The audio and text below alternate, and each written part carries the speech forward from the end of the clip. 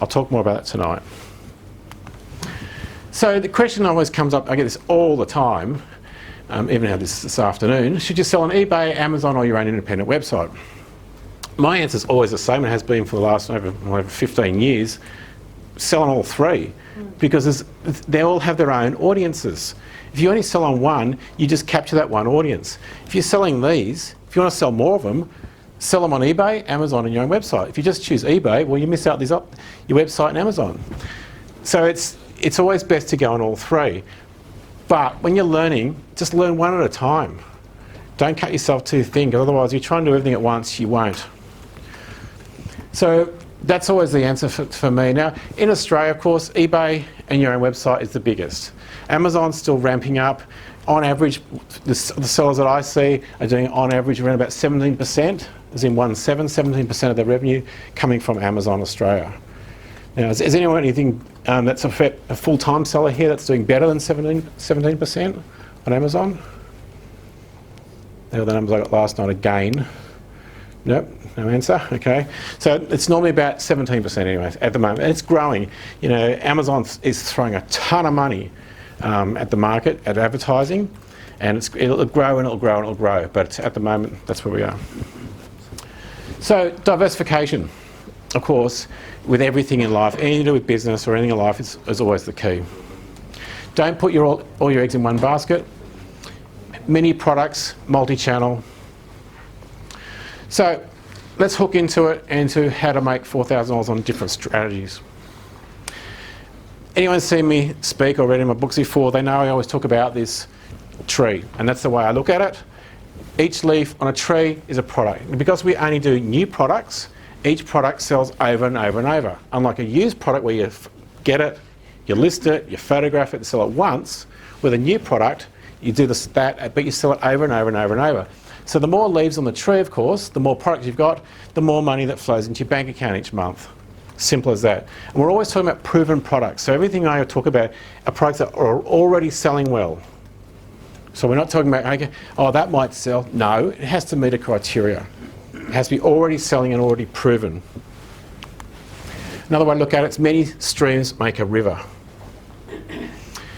So how to make, let's start off with used items. As I said before, we don't do used items. We used to do used items a long time ago. We don't, but I know some people love used items, so let's just start with the used items. So used items, average sale price, $50. Average profit margin, 30%. Where I get a lot of this data from, by the way, is we call these KPIs, or key performance indicators. And we get a lot of this data derived from the groups that I'm in, plus these, as you guys probably know, I'm the host and founder of these groups, which has got we're just under 6,000 members now, so I get to see inside a lot of our businesses, plus our own. So average profit, 30% after expenses. Average profit per sale, $15, which is $4,000 divided by $15 profit. Is you need to sell 267 items per month to make 4K. Or another way of putting it, 62 items per week, or 9 items per day. Okay, so anyone that's just come in late, by the way, all these slides will be available, and I'll send you a link. I'll give you a link at the end of tonight where you can download them so you don't have to write everything down. Now, a caveat on this, over 90% of items sold on eBay today are brand new. The first item that ever got sold on eBay was a broken laser pointer, a faulty laser pointer by Pierre Almeida, who was the founder of eBay. But today, it's all changed, over 90% are brand new. So used items, it's harder to automate, but it's not impossible. I've got someone that I've been coaching for years in Chicago. He's got over a warehouse, and he's got over 12 storage units full of second-hand stuff. Wow. And he's got a great model. His model, which is totally different from what we do, his model, he gets it from deceased estates. So him and his wife are really good at antiques, equities, paintings, jewellery, that kind of stuff. I'm useless at that stuff, but him and his wife have been doing it. They're in their 60s now, and they're really passionate about it. So they have relationships with all the local real estate agents around and the lawyers around for deceased estates, and they get the goods for free, and they do a deal and they sell it on behalf of the beneficiaries, and they take anywhere from 10 to 40% of the value that they sell the goods for. Obviously, if it's a BMW, they'll take 10%. If it's something cheap, they'll take 40%, and they give the rest of the money back. And anything that doesn't sell, they give it to charity. So basically they'll rock up to a deceased estate with a truck or multiple trucks, and they'll just load it all into the trucks and drive and put it into his warehouse. And the way of automating is he's got all these people that work for him that are listers, and he'll take a batch of it, put it in a trailer and drive it to their house and give it to them, and they'll list it. So that's his way of automating. So it's got partial automation. Now, so it's not my cup of tea because I know nothing about antiques and paintings. That just doesn't do it for me. But everyone's different. Maybe if it does it for you, maybe it's your calling. We're all different. Okay, so sources for used products. Council cleanups, where people put stuff outside their houses. You can get that stuff for free. Facebook marketplaces, I'm going to talk about tonight, Gumtree, garage sales, bundling, charity thrift shops. Just don't tell anybody you're going to sell it on eBay and Amazon. The 3 Ds, deceased estates, divorce, downsize, police auctions, car boot sales, eBay incorrectly listed items, even though eBay's search engine, which is called Cassini, is much better at picking incorrectly listed items now. So it's harder to find those items these days. So 10 years ago, there's a lot of money in eBay incorrectly listed items. Today, not so much. Billboards at shopping centres. That's, you walk outside a shopping centre, there's like a billboard there, and it's got stuff in there for sale. So the question comes down to, how do you find out how much something's worth? So you're at a garage sale or you're wherever, and you want to know how much something's worth. If you look up eBay, you can see stuff for sale. But the price that's for sale is absolutely irrelevant, because something's only as worth as much as someone's going to pay for everything in life. It doesn't matter what you're selling, whether it's your house or anything, it's only worth as much as someone is going to pay. So you need to find out how much is stuff sold for. Not selling, but sold. On eBay, if the price is green, it's sold. And that's all we care about. We don't care less about how much stuff is being asked for. It's irrelevant. It's like you go to a car yard and you see all the prices of the cars there. That's not how much they get sold for, that's just how much they're asking for. So if the prices are in green, not black, that's how much they're sold for. And I'll show you how to get to that stage so you can find them in green. Now, I'm going to show you that tonight. So Facebook Marketplaces is another hot source of stuff. There's a lot of traffic on Facebook Marketplaces these days. Every city's got multiple marketplaces. If you go to Facebook, go down to here, you'll find multiple marketplaces in your area. I live rural, I live on a farm. Even where we live out in the sticks, we have multiple Facebook marketplaces and they're really active. But there's always, you can always get stuff there cheaper on average, because the people that buy that stuff are local. If you sell it on eBay, you sell it worldwide. Bigger audience means you get more money.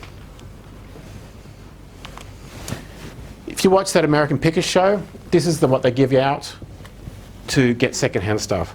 All this is hot power, what we call power keywords. Now the difference, for those that don't know what a power keyword is a product name. Like, I know it takes something, oil bottles, right? So a Shell 1 litre oil bottle is a product. An oil bottle is just a generic power keyword. Dishwasher is a power keyword. Dishlex XYZ is a product. So these are all power keywords, and we can do all the same stuff because these are all hot, used items. Of course, we can do everything except for guns. All right, so used products. Everything I'm going to show you tonight has got pros and cons. Used products, pros, you can get them for free and low cost. It's a great way to make some quick cash. You can use the profits for new items. You can purchase poorly listed items. Limited stock is the cons. Requires time to get it. So this is a problem. If you've got a young family, getting out there on the weekend to go and pick up all this stuff is a real pain. That's why I like importing and dropshipping, because you can do the whole thing 100% online. So cons, it's usually not 100% online. If you train someone for used items and they get really good at it, you can guarantee what they're going to do. They're going to leave and do it themselves. So you need to photograph each item, write the ad copy for every single item and sell it once, and then it's gone. All that work is out the window, unless you can miraculously find another used item which is exactly the same. Good luck with that. It's harder to automate. So let's say you find one of these at a garage sale or wherever, and you want to find out how much is this thing worth, like really worth. Not how much is someone asking for it, but how much is it actually worth. So this is a Singer overlock, and of course a lot of people say, well, I don't know anything about this. Well, you don't need to know anything about it. If you just chose items that you know all about, you're an expert at, you just limited yourself massively. Me and my staff, my team, we don't know about 99% of the stuff we sell. We haven't got a clue, but we figure it out. It's not hard. So anyway, so this overlocker, what's it worth? What you do, go to eBay. Put in Singer Overlocker. The reason I'm doing eBay a lot is because eBay is renowned for being the place to sell second-hand stuff. Amazon's renowned for selling new stuff, so we'll get to Amazon later. So Singer Overlocker, put it in here. Hit the blue search box. Every page for the newbies in the room, at the top here, every page has got the search box. So Singer Overlocker search, bang. Then you click sold listings down here. Click used, bingo. All the prices now changed to green and they're all sold. It shows you the date they're sold. So now we can actually see how much this item actually, all these Singer Overlockers actually sold for. Again, not what the people are asking, but what they sold for. So I'm not going to go right into used items. I've got a whole free course here if you want to know more about it. And that's what I'm going to be doing a lot tonight is each topic. We can't spend the whole night doing one topic, otherwise no one's going home tonight. So I'm going to show you multiple strategies and I'm going to give you more information to get more if you want to go in that direction. So this, if you want to do used items, the whole course there, how to do it. Okay, so let's move on to, well, any questions on used before we go into importing? Let's go grab a drink. No, all quiet.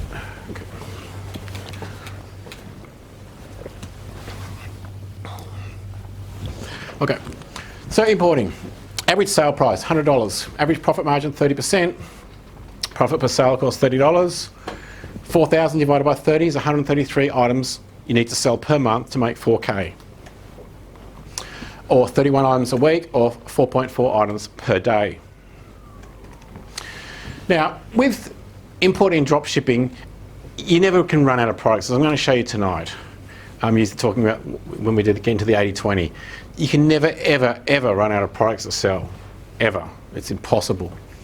And that's the great thing about it. Whereas used items, you've got to get out there, and the more time you throw at it, the more products you get. But you've got to go out there and do it. With importing, you don't have to. And the great thing with that, with importing drop shipping is you can run it fully online. So you can do it from anywhere. Like this is the photo I took on a cruise ship running the business. So you can, we've run it from cruise ships, tents, remote places all over the show, and you can do exactly the same thing. Coffee shops, it doesn't matter. As long as you've got internet, you're in business. That's all you need. So importing. Pros.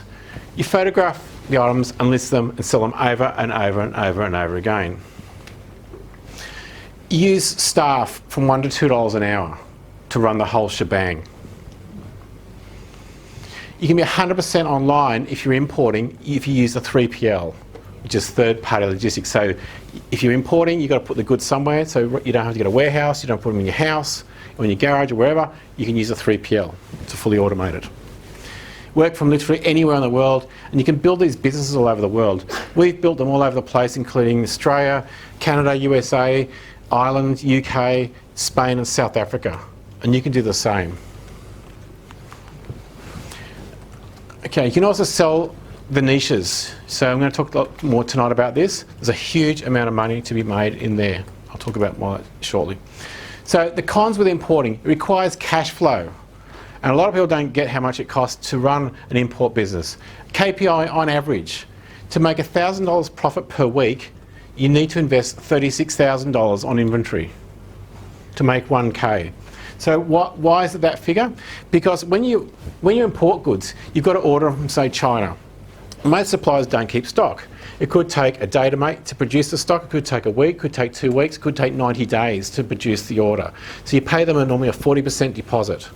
So your money's tied up from then, the first 40%. They produce the goods. Then they send them to a freight forwarder in, say, China.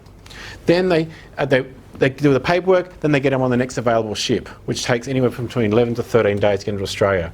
Then the container arrives, then you get it cleared by customs, then you get the container, then you unpack it, you list the items, and then you sell them. And when they're sold, you put the money in the bank, and that's called a stock turn. And that whole process takes time.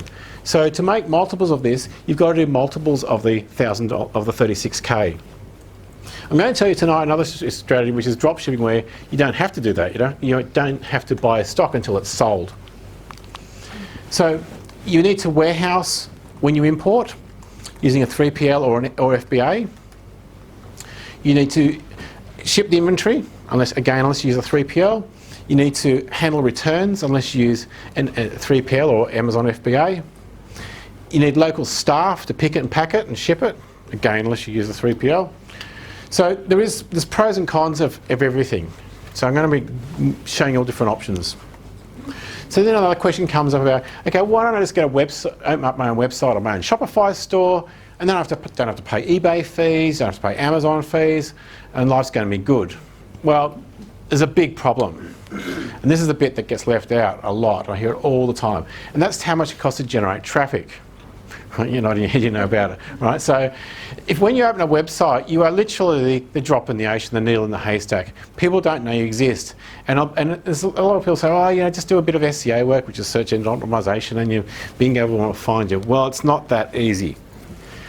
I've been doing this in this game now for a long time, over 20 years. It's one typical product, right? It costs to get traffic to one product. And this is called pay-per-click. I'll get a little bit into this tonight. And that's you put an ad up on Google, Facebook, or whatever, and you get people to click on the ad, and they take you to your website or your Shopify store, and they see your product. And that's called a click. So pay-per-click, not like a paper-clip, but right? Some people misunderstand. Right? Pay per click. So every time they click the mouse, it costs you money. And this is how much it costs to just an average thing over a 30-day period for one product. 1,148 clicks costs $2,700 on Google. Facebook costs for 734 clicks, $1,238, and Bing ads, etc. So, and that's no guarantee they're going to buy it. That's just how much it costs to click. And now, yep. So, how many sales did you get out of those clicks? We got greater than, we had an ROI greater than one. I haven't got that data on me, but we always want to have obviously an ROI greater than one. So if you spend $1 on advertising, you want to make more than $1. That's the whole goal of it. Right? But because a lot of people say to me, well, how much should I spend with the pay-per-click advertising? Well, in mine is always, well, you should be spending at least $1 million a month, because if you can spend $1 and make back $1.50, how much are you going to spend? You're going to go for broke, aren't you? A lot. Why wouldn't you? Is it the main source of traffic generated? Or yeah, I'm going to get to that. I'm going to get to that shortly. So and the reason why is because if you look at Google, like I went to Google, I just put the word barbecue in there, right? So I went to Google, typed in barbecue, and up comes here. Now, if you've got a brand new Shopify store, it's got no authority. So in other words, Google is not going to put you up high. What it's going to show is here, like barbecue, barbecues galore, Wikipedia, Harvey Norman, appliances online. So if you go to an SEO expert, which is search engine optimization, which is someone that you pay to get your Shopify store up to the top, they're going to say, oh yeah, no problem, we'll get you onto page 1 of barbecues in Australia, no problem. You go to another 1,000 SEO experts, they'll all tell you exactly the same, yeah, we'll get you to page 1. Well, here's the problem, there's only one page 1. Right, there's a saying in this industry, where's the best place to hide a dead body? On page 2. Right? Because people don't go to page 2. So here's the problem. So although people BS you and tell you they'll get you to page 1, they won't, because these sites have got authority, and if you start off, you do not have authority. We've been doing this a long time, right? I used to be in Perry Marshall's group, which is that used to cost me $15,000 a year to be in that group, US, and that was some of the top marketers of Google. He's the author of Google AdWords for Dummies. So knows a lot about Google. So it was a group of us. I get to see how much we'll spend on this stuff. So anyway, we used to be spending 5 cents a click on some of these clicks. Now we're spending on the same words $5. So people say, okay, well, learn SEO yourself, then it's free. Well, is it really free? Because that's lost opportunity time. That's all that time that you're learning something that you could be doing something else. To be an SEO expert, this is what you've got to do for your pages, all this stuff. And that's not free, because time is money, whether it's your time or someone else's. So my point is, it's not easy to do this stuff for SEO. That's why the majority of people these days pay for traffic, because you get instant response. So if I type in, so notice also in barbecues, Google shows ads. That's an ad. So you got Google barbecues. Well, this is binoculars, right? So you got an ad. You got TEDS.com. You got Oscopes, BCF. These are the people that you're competing with. So if you think you're going to ping these guys down and get your listing up here, you know, it's not going to happen in the short term. Okay, so Google makes over $100 million US a day from this stuff. And to give you some idea how much it costs per click, this is some words. Binoculars, 97 cents per click. And again, there is no guarantee they're going to buy your product. You might get a 1 in 10, you might get one in every 100 people buy. So of course you want to try to increase that. But they're certainly not going to buy every time that someone clicks on your website, that's for sure. And 97 cents, 57 USD. And just put the bottom, just for interest sake, it's got nothing to do with this, but home loans, every time you click on a home loan ad, they get billed $21.63. Wow. All right, so this is... That's better than something. yeah. Okay, so here's some other words. So again, these slides are all available, everybody, and this is the latest data we've got from all these. So like barbecue stores, $1.54, two burner barbecue at Aldi, 53 cents, and you know, there's all the prices it costs per click on Google today, and this is in Australia. It's even more expensive in the US. All right, so there's some more, so you can go through them. Okay, so as opposed to like eBay, you can list 40 items on eBay for free each month. And then you can pay a store level, which is $20 a month, and you can list even more for free because you get a higher number. So where Amazon's $49 or $50 plus GST per month. So the advantage of doing it when you're starting off is you can just load stuff up there and it costs you no money. Whereas you get a Shopify store or whatever, which is awesome to do, you have to have some methodology in place to get traffic. Otherwise, you're not going to get any. Okay, how to find top selling items on eBay. So is the next topic I want to talk about. There's many ways to find the top selling items on eBay, and I'm going to go through a couple tonight. First way is the category way, which means you just go to eBay, click on here, it takes you to the home page, and then you'll see at the top here, it's all sorted by the most popular categories. So in Australia currently, fashion is the most popular, motors. So it goes from left to right. So and it's always sorting. So eBay is always telling you what's the hottest categories in Australia. If you go to any other country, you can, like say the USA, motors is the #1 category. And you can do this in any other country. You can download a plugin for like Google Chrome called HOX, which is spelled H-O-X-X, which it's called a VPN, which tricks your computer or tricks Google into thinking whatever country you're in. So you can download it and select, England, UK, Canada, wherever, and Chrome thinks that, or Google thinks that you're in that country. It's a free plugin. And then you can see what's the hottest things in each country. So the US currently is motors. So I went to Home and Garden. Then by the way, home and garden, these are called parent categories. These are called child categories. So I went down here to the child categories. I selected fireplaces. Down here, I drilled down even further to fireplaces, because that was fireplaces and accessories back there. I went to fireplaces. And now it shows me all the fireplaces that are on eBay right now. No surprises, they're in black, so they haven't sold, because all we care about is the green ones, which have sold. So then we go down to, and we click down to sold items here, and bingo, now we can see all the items that are sold. That's all we care about. Again, we only care about stuff that's sold. So you can go through there and you can find all the items that have sold. Now, you can go even deeper into this. I went into this product here. So this is just the random one that was in the middle of the screen, so I clicked on him, this fireplace for $89. And by the way, if you click on here, it takes you into that listing. Like anyone who knows about eBay would know that, but for the beginners in the room, click on this 80-character title, bang, now you're in that listing. You can see here this particular item is sold 47 times. Now, that's actually called a hyperlink. If you click on that 47, it takes you in and you can see when they sold and how much for and the date. So I clicked on the 47. You can do this with any product on eBay in any country. eBay's in 37 different countries. And it shows you here the price they sold, the date they sold, and the quantity per sale. Okay, so you can do more. And this is the really, when I first saw this, I thought this was really exciting. You can look inside any seller. So you can go to any eBay seller on the planet, say eBay's in 37 different countries, you can look inside any eBay seller's account and see exactly what they sold in the last 90 days. Now, and that's is absolute gold, because no other business you can go and say, hey, what's your top selling item? You can't go to the restaurant across the road and say, what did you sell last week? What did you sell last month? I want to know what your top 20 products are. And the awesome thing about this, the 80-20 rule, the Pareto principle. 80% of most businesses' revenue comes from only 20% of their products. You drill down to in almost any business, 80% of their revenue comes from only 20% of their products. So of course, if they've got 100 products, what are those top 20 products? If they've got 1,000 products, what's the top 200 products? Because they're the ones that you want to get involved with. Sorry, quick question Sure. for you. That item is quite large, so on a pallet in a 3PL, it'll take up a large space of volume per area. Is it really viable for, to sell something like that? Totally. Still? Yeah, 100%. Because most beginners all go to the small, cheap stuff. iPhone cases, USB cables. Right? That's where all the beginners gravitate to. Right? Big stuff, expensive stuff, rocks. Because there's so much less competition.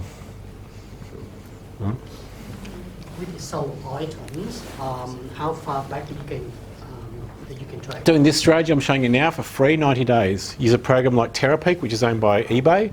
You can go back 365. Okay, so how do you do it? So the 80-20 rule. So we want to find out what the top selling products are of any eBay seller. And like I said at the beginning, you'll never ever run out of products to sell because you can find the best selling products. Yep. There's a familiar face. Just going back to the bigger stuff. Yeah.